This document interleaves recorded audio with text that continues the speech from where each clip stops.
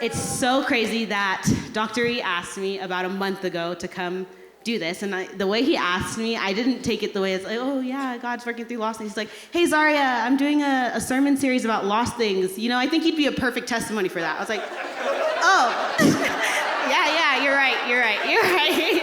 And so in that moment, I was like, okay, cool. And so, no, but he is right. I have had such a story that encompasses both lost, being found, getting lost again, being found again. And so I just am super excited that I get to share. And so where that story starts is that I was born to Sophia, my mom. She flew back to come listen to my testimony today.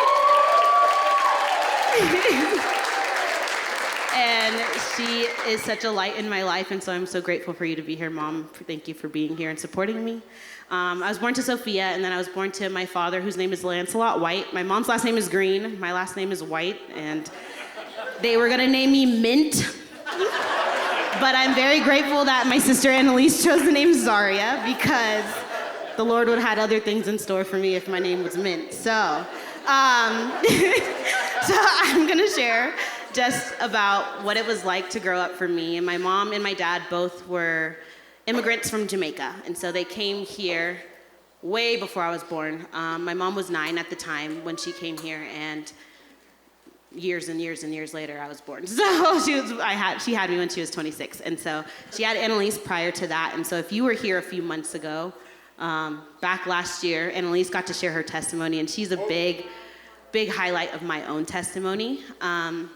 But when I was 2 months old, my dad, he was arrested, and he went to prison, and he was deported from the United States. And so at the age of 2 months, there was already a part of me that was lost because I didn't get to have that privilege of growing up with my father in the house. And so what he was doing, what he was suspected of, he was doing in order to provide the life that he wanted for me and my sister to have. And in the process, he had to leave. And so because of that, I grew up with a single mom who worked and sacrificed and strived to provide us the best life that she could for both me and Annalise. And she gave up on some of her own dreams to play that role of both mother and father in my life. She joined the military when I was 1. She worked really long hours. She was in the military for 20 years. She did the whole thing just so that we could have stability and security in the life that she wanted to provide for us, the one that she didn't get to have. And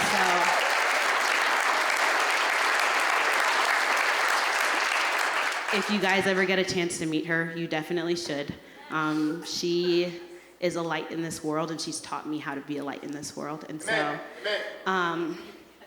even through all of the things that she did, she taught all the sacrifice that she showed me, through her trying to be both mother and father. The reality of the situation is that a mother can't play the role of a father.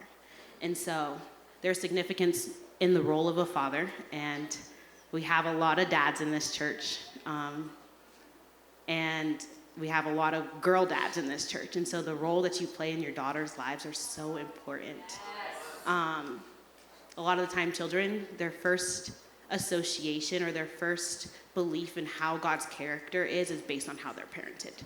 So if you are a parent who's patient and graceful and just super loving and caring towards your children, they're going to be able to associate those characteristics to God so much better than if you're super hard on them and they're going to be like, I have to do all of these things to earn God's love.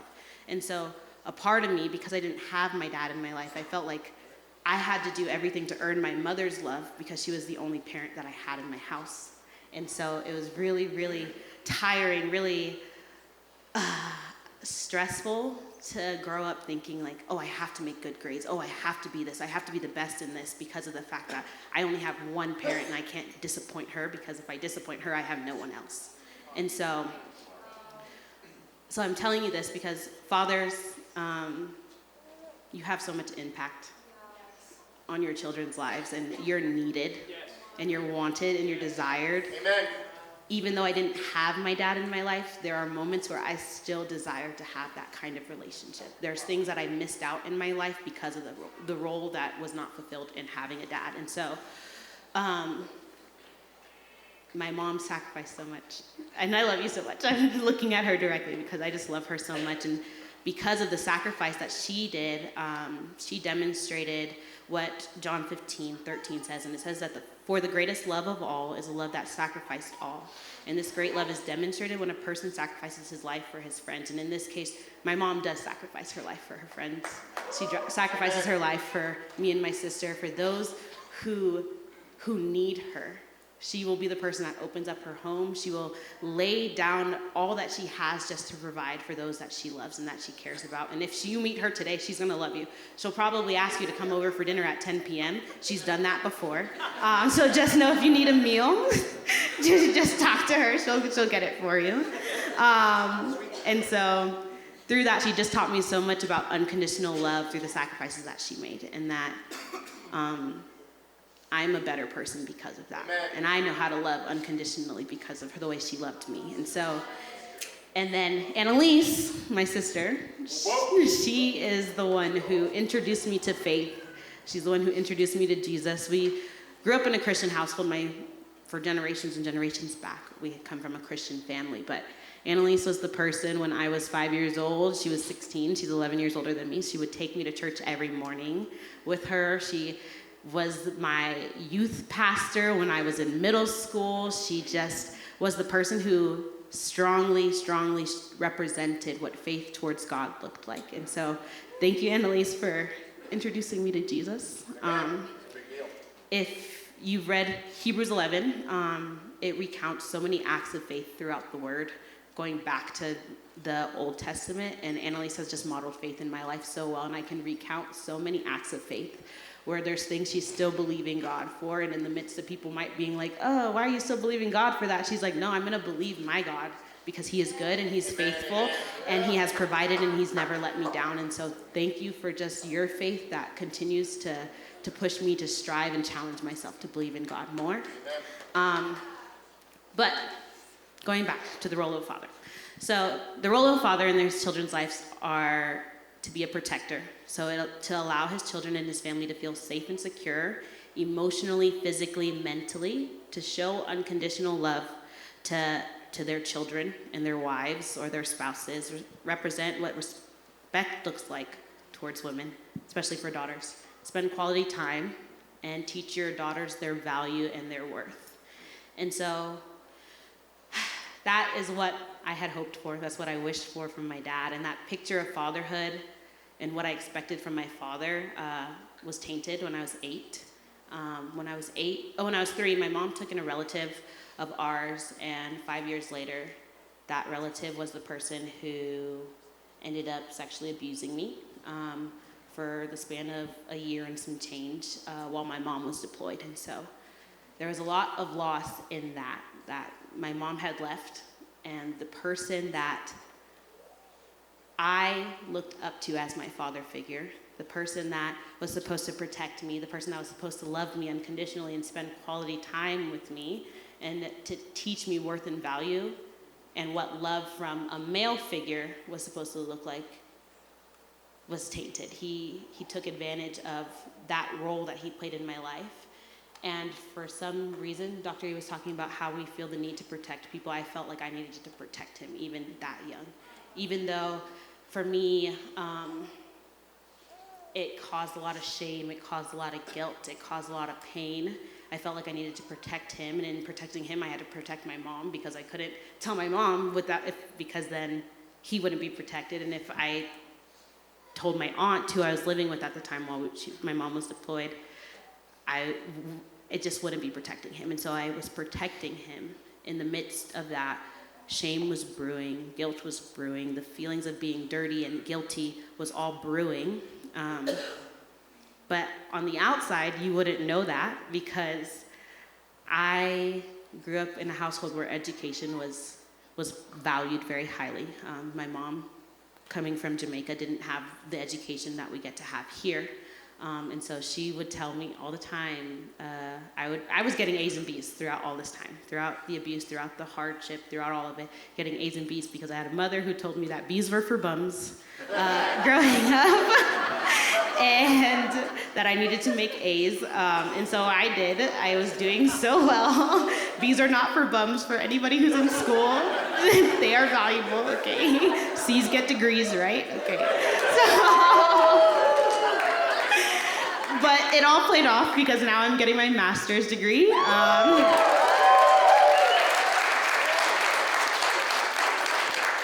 I'll be done in 6 weeks, graduating with a 3.9 GPA.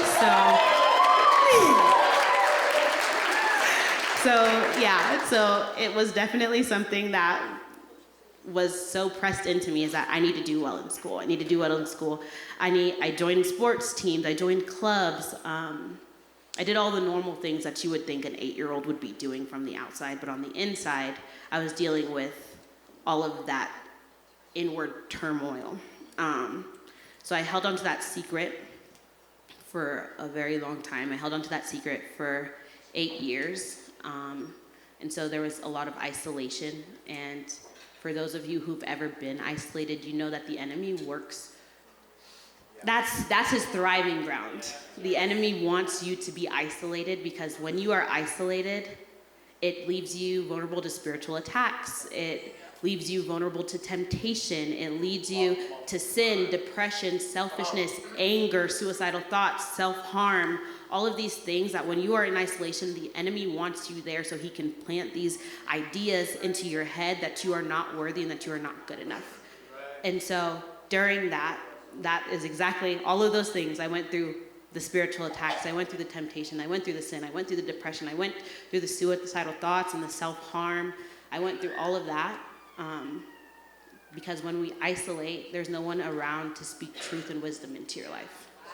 You don't want to hear what God has to say, the good things about you. When you're so deep into your isolation, when you're so deep into your depression, when good things are said to you, you want to run away. And that's what I was dealing with for all of those years, from 8 to 16. But nobody would know because of the fact that I was so great at hiding that. And so during that time, because I kept this secret, I spent so much time hearing the enemy tell me, you're the reason why your dad left. Wow. Didn't know that it took me a very long time to figure out that he went to prison for the reason he went to prison. I thought that they were arguing about me for some reason. At 2 months old, I don't know what you're arguing about over a baby who's getting enough rest. I don't know. But I felt like you're the reason why your dad is not in your life. Your only value lies in what you can offer a man physically. You have to be perfect, do well in school, not cry, suppress your emotions. All of these things continuously played over and over in my head. And if you know me now, I cry so easily. Like, I will cry if the wind blows the right way. I'm like, look at God, he's so good. But back then was a season of me not crying. Like, I don't remember being as emotional as I am now. And you would think, oh, she's a kid. Like, it makes sense she's emotional. Now I'm like, I'm a grown adult. I'm 24, paying my own bills. And here I am crying because there's no apple juice in the fridge. I don't know. And so there's all of these things that the enemy does during that time of isolation. And he made me feel as though I couldn't ever share my emotions with people. And it made me think of what Tyler had spoken about a few weeks ago during the lost sheep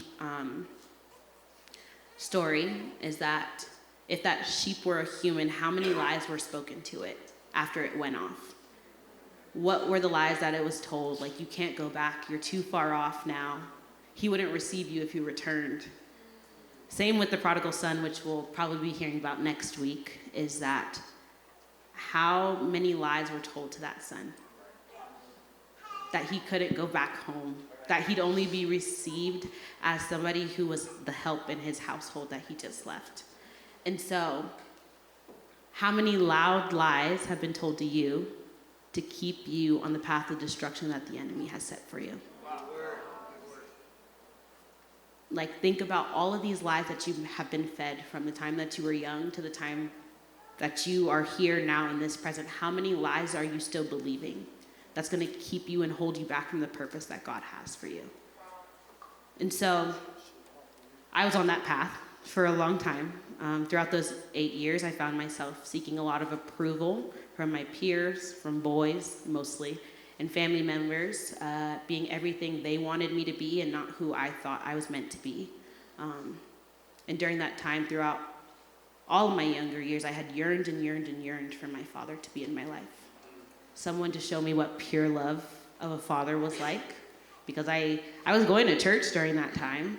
I promise you I was. And at least with my youth pastor. But I never knew what it was like to, when people were like, oh, God the Father. And I'm like, I'm like, don't like that. But that is who he is. But I never was able to resonate with that title for God. And that's because I felt like I was always the one that was pursuing a relationship with my dad. I was always the one going after him. Whenever we would fly to Jamaica, I'd visit him and I'd ask him all these questions. I'd ask him, how are you doing? What are you doing with your life? And it'd come back as one-word answers or not the attention or the quality time that I had sought after and what I needed. And so it was really, really hard for me. And I did that for years. I'd go visit him over a year and year and year and year again, and it was always me. Dad, can we do this? Dad, can we do this? Dad, I want to do that with you. Dad, what's going on in your life? I haven't seen you in a year, and it wasn't a lot that I got back from him. He'd promise me things and then not deliver on those promises. So in my head, I'm like, how could God have these promises for me when my own father can't have these promises for me? A few weeks ago, I had the revelation of if my dad prayed for me, he prayed exactly for every feature that I had, for me to look the way that I look, for me to be the way that I am. If my own father didn't pursue me, and this is a lie of the enemy that was told to me, if my own father didn't pursue me, how am I supposed to expect the man who's supposed to be my husband to pursue me? If my own dad didn't want to pursue me and he prayed for me. And that was a hard realization to have. That was a hard attack of the enemy because, I desire to get married one day. So,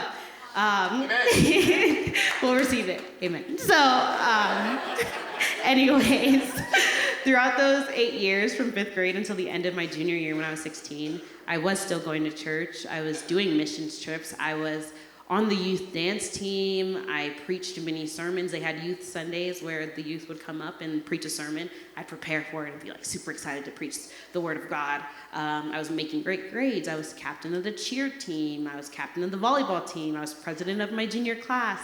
I was doing all of these things. I was vice president of the student body. I was able to represent in that time all of the teens in Europe. I was going to high school in Italy, so during that time, I got to represent all teens in Europe on issues that teens were facing within Army garrisons across all 29 of the garrisons in Europe. And so I had to deliver a presentation to the 3-star general of the Army during that time. And little did I know that during that time, God was using me and he was equipping me with the tools that I needed to be the leader that I am today. And so, but during that time, on the other hand, even though I was doing all these great things, I was skipping class to go make out with boys.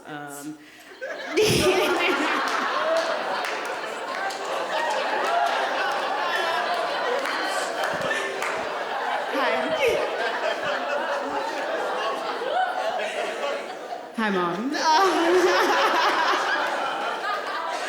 I was going out drinking because in Europe, the drinking age was 16, and so, hey, why not? I was going out drinking, I was smoking weed, I was partying, but on the outside, I looked like the perfect kid. To all my mom's friends, they'd be like, oh, you just have such a great daughter. She's so awesome. I'm like, yeah, as long as you guys think that, But on the inside, there was this empty feeling, and because of that, I was looking for the love and the validation and the approval in all of the wrong places. And it goes to show me now that God wants to. There's a lot of times in our lives where we look for all of the right things in all of the wrong places. And so God had to show me through my testimony what those right places were. And so I don't want you all to think that in your seasons of being lost, that of being hurt, of being broken, of being in pain, that those seasons are for nothing and that God's not using them. Because he's using them. He's building you up. He's speaking to your heart even in those moments. Even when you can't hear him, he's still there. Um, and Romans 8:28 verse says that we all know that for all things work together for the good, for those who are called according to his purpose. And so even in that, God's going to use whatever moment that you're in. If you're in a dark place now, he's going to use it somewhere later on down the line. Could be tomorrow, could be 10 years from now, we don't know. And I think that's the beauty of his design, is that we don't know, that there's mystery in the story, but we can go back and look at it and be like, oh, I understand why God brought me through this. And so he has purpose for you. And if you've accepted Jesus into your life, you're called according to his purpose. And even if you haven't yet, you're still called according to his purpose. He has purpose for you. And so even though I consciously knew those things, the voice of the enemy in my life was even louder than any good that I could hear. When I was 16, the relative who had abused me went in and told my mom. So I didn't even get to tell her. And because I was living with this secret, I was so distant from her. I felt distant from her. I don't know if she felt the distance. We're a lot closer now. I call this woman like 4 times a day. I'm like, hey, just want to see what you're doing now. But back then, like there's a level of distance that I felt, because every time I was with her, I never knew when the moment was going to be that I was going to tell her. There was days that I thought, oh, I'm going to wait until she's on her deathbed and I will tell her right before she passes away. Or there's days where I was like, I'll tell her now, but I don't want that to affect anything later. And so God had to take the person who abused me, because he knew that I would have lived in this shame for the rest of my life. And my mom didn't know to this day, I would still be in the place that I was at back then. And so he took my abuser and my abuser told my mom, and he apologized to her.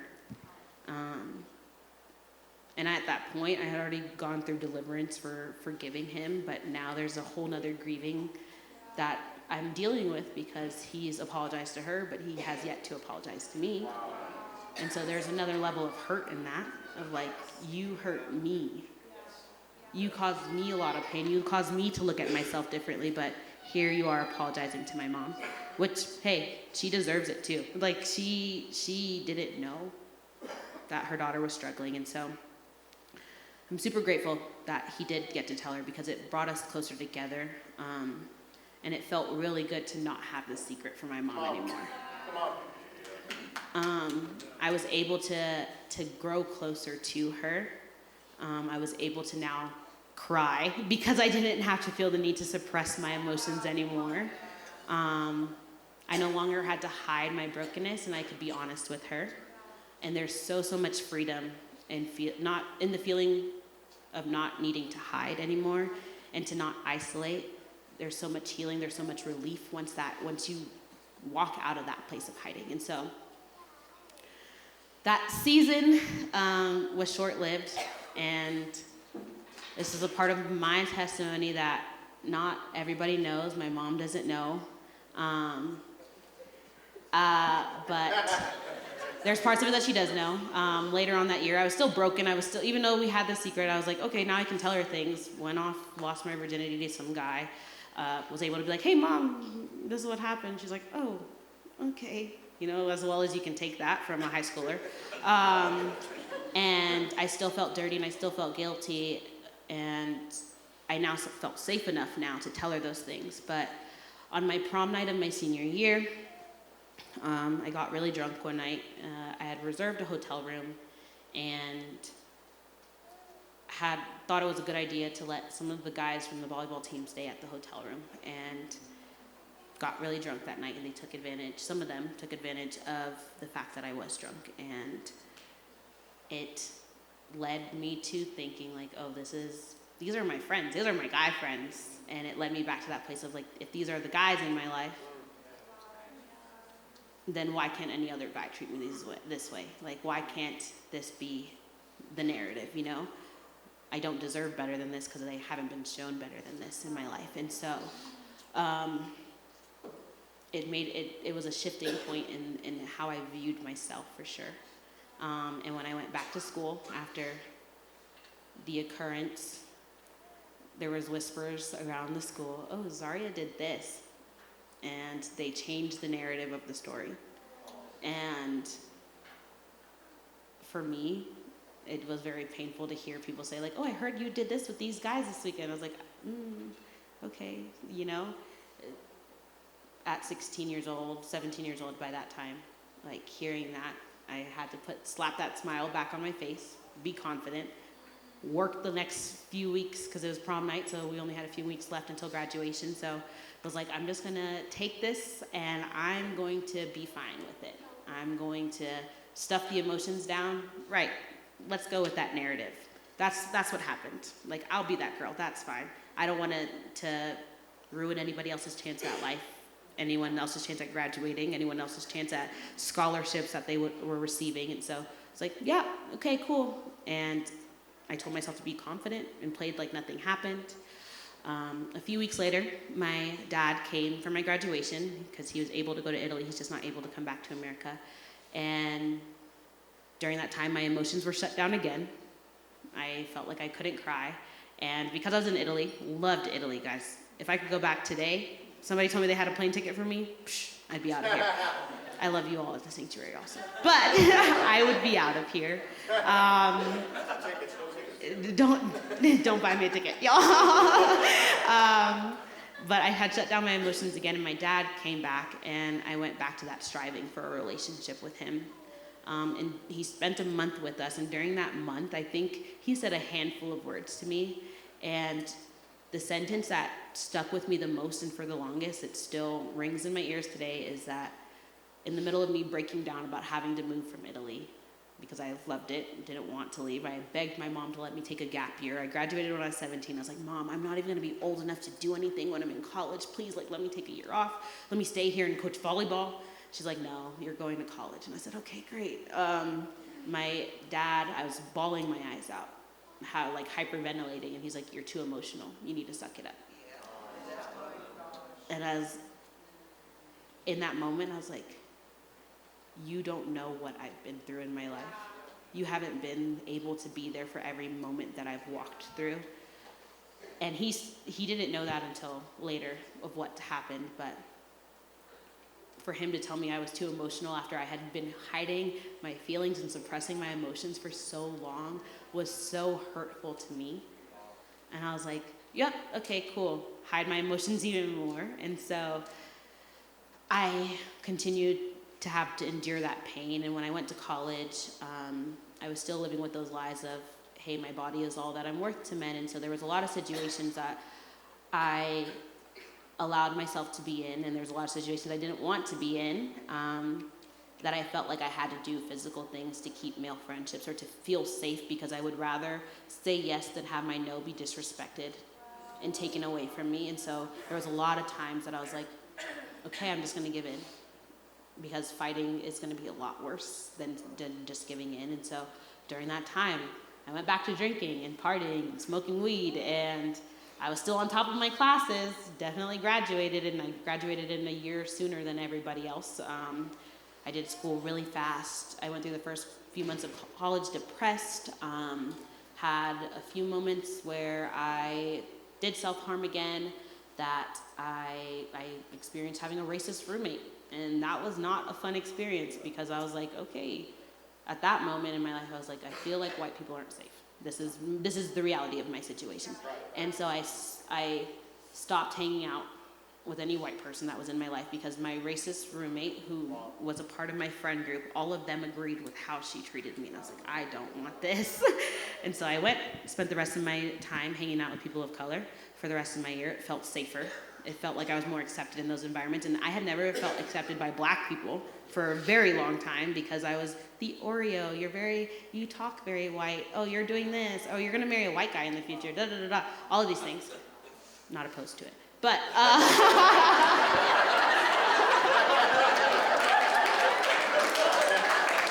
anyways, yeah, and so there was safety in people who looked like me. And throughout that process, I didn't really care about myself, but I cared about being desired, so I would take care of myself. I would look good, I would dress well, I'd flirt, I'd be the person who pursued the guys in my life, because it helped me feel more alive and more validated and more wanted, because being wanted in a negative way was better than being not wanted at all. And so I knew the voice of God in my life, and I know he had been speaking to me, and I ignored it to fulfill my own selfish desires. And I feel that every time I would ignore the voice of God, his voice just starts to get quieter and quieter and quieter, and the lies of the enemy and my own fleshly desires get louder and louder and louder. And in 2019, during that time, I felt like there was a time where I wasn't hearing God, and he just came booming one day, and he said, this was right after I walked for graduation in 2019. So he told me so clearly, I was living in Florida, went to college in Florida. He told me so clearly, and I felt it with every fiber of my being, guys. He's like, you're gonna move to Colorado. Yeah, I was not happy. I promise you guys, I do not like the cold. I don't. So it's been a hard few months, but my mom was telling me, like, oh, you can move back in, you'll live rent-free, like, don't worry about it. Everything's good. And so I moved back home, but I fought for months and months and months against God about it. And Carrie last week was saying, like, God had been what Carrie was saying was that God had been pursuing me and pursuing me and pursuing me, and I had fought and fought and fought, and in the end I had to make the decision to follow God, or to follow my flesh. And in that moment I decided to follow God, but I didn't do it without conditions, because I'm me. And I was like, I knew I wasn't living the life that Jesus had paid for me to be who I am today. And so I told him, I was like, God, I will move to Colorado. Made the drive from Florida by myself. And during that drive, I was telling him, hey, okay, if I'm moving here, I need friends, God. I need a job. I need a church community. And within the first month, God delivered on all of that. He wants to exceed your expectations. And so it's okay for you to ask God for things. I want you to know that it's okay for you to expect things from God, because he wants to show you that this is your blueprint for your life, and my blueprint is so much bigger. And so he gave me so much goodness, and in that moment, he gave me Julia. Sorry, I'm not gonna cry. He gave me Julia. She was one of the first people that I met in Colorado. Sorry. And she's now my roommate, and I love her so much. She's one of the first people that I met, and she introduced me to a Bible study group called Move of God. And it was a young adults Bible study group, met every Sunday. They kind of had the mentality of like, F the church kind of situation, but we are the church at the same time. Confusing, but it was the first place that I had walked into and I felt fully accepted for my testimony. I didn't feel the need to put on a mask. I didn't feel the need to pretend to be, I'm just this perfect person anymore. Like, I was able to be completely and fully myself in my brokenness, in the hardships of my life. And so he brought me here, and the first 2.5 years was a season where he spent carrying me, because Tyler was talking about in his message that God didn't expect the sheep to walk back himself. He brought him into a season of being carried. And so God brought me into a season of being carried. He went after me. I was his lost sheep. I was his lost coin. I was the one who rebelled, the one who pushed him away, the one who didn't want to think of him as a father. I felt too nasty. I felt dirty. I felt impure, unholy, too far off, too broken, whatever that is that you feel. I felt it. And in that carrying, he showed me how graceful he can be. He showed me his mercy, and he showed me his love. And so he used so many people in the process of bringing me to where I am today over the last 3.5 years that I've been here. And in the same year that I stepped into the Sanctuary Church, me and my dad had a really big falling out on Father's Day. And it was really, really hard, because I was like, I still want a dad in my life. And I didn't understand what God's purpose was in taking the relationship that I did have, though it wasn't a great one, the relationship that I did have with my dad, to now nothing. And so through coming through the sanctuary, he restored what fatherhood and marriage looked like for me by giving me 3 spiritual fathers. Amen. And so he blessed me with Dr. E, our head coach.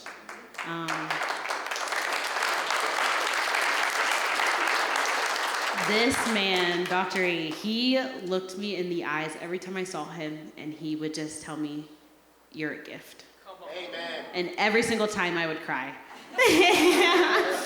And it was because he was placing in me that I'm a gift for just being. Right. I didn't have to do anything to be a gift. And it was such a beautiful experience because he's the first man who's ever told me that and who could give me that. And so it's just been a blessing to just be somebody who's been accepted by him. He blessed me with Tyler. I don't know where Tyler's at. Okay, he's blessed me with Tyler. If you've seen Tyler, he's the super yatted pastor. And Tyler is the man who has given me so much space and continues to give me space to cry and to tell me that my tears are beloved and to tell me that it's okay for me to express whatever emotions come up and whatever I'm feeling. He blessed me with Seth, who has helped me to believe in myself more than anybody has helped me to believe in myself. And has encouraged me to walk in the call that God has had for my life and to encourage me in the gifting that I had when I had no voice. He is the person who helped me restore the voice that I have. So when you see me sitting up here on Sundays worshiping, leading worship, know that there was a lot of tears and a lot of breaking down that had to happen to get me to that place. And Seth was a big person who contributed so much of his time and so much of his love and his effort into helping me get to that place. And so all of that to say that God wants to restore so much in each and every one of us. In each and every one of our stories, he wants to show you that he is good and that he is faithful. He wants you, and he wants to use you. Tyler said a couple weeks ago that God is not mad at you. He is joyful to find you. And honestly, it is such a joy to be found. And so if you feel like you're in that lost place, know that you have a God who's pursuing you, who wants to come after you, who is delighted in seeking you out. Yes.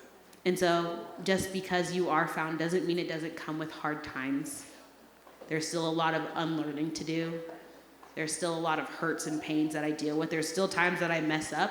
And you know what? When I mess up, the first place I come, here. Amen. And so there's a lot of times that the enemy will still whisper lies to you, because the enemy was whispering some lies to me this week in preparation for this testimony. But know that when you are found, when you do allow yourself to be found, that there's security in what God has for you. That he's going to continue to pursue you even when he has you. And there's so many of us that do search for all of the right things in all the wrong places, like I was saying. And God is that right place. Being in a community of people who accept you and who love you and who aren't here to place shame on you is that right place. And so, in ending, if the worship team wants to come back up, my question is to you all, what would it look like for you to walk out of your hiding into the arms of a Father who loves you? And so, I just want to thank you again, Dr. E, for just your obedience in asking for me to do this. It's such a joy for you all to now know me better, to know who's leading the 20-somethings group. So if you're a 20-something or if you're a young adult, here I am. You can come talk to me. But it's such a beauty to be known and to feel loved and to have things restored in your life. And so if you need some things restored in your life, I encourage you to seek out prayer, to seek out those around you who love you, who can pray for those things to be restored. And so.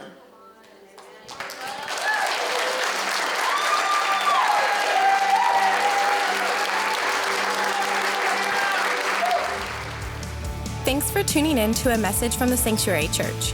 For more information and media, go to our website at thesanctuarywestside.org or follow us on Facebook, Twitter, or YouTube.